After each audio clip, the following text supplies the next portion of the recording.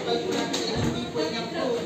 Actually, panukala po ng DSWD, by the way, no, na dapat daw po ay sinasagot na ng ating mga shareholders or principal lahat ng kasusin ng mga po sa medical. However po, ang ating mga principal hindi po sila pumayag. Kaya po kayo pa rin po mag-asus sa inyo ng test.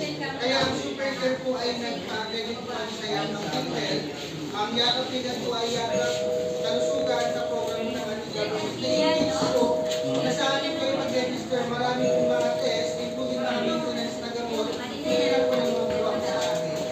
By the way po, ang gamot po ay per individual po, per member, 20,000 po yung annual po. Kaya if I were you po, i-utilize po yung benefits ng 20,000 per annual po yung mag-register kayo sa akin kasi free na po lahat ng gamot po. Basta available po sa PhilHealth. I-download mo lamang po yung e-gov na app. E-gov na app, tapos punta po kayo sa PhilHealth. May mga e-gov app na po ba kayo? Punta po kayo sa PhilHealth, and then hahanapin niyo po yung yakap ng evidence. And then punta lang po kayo sa NCR, Metro Manila Revita Pato Supercare po.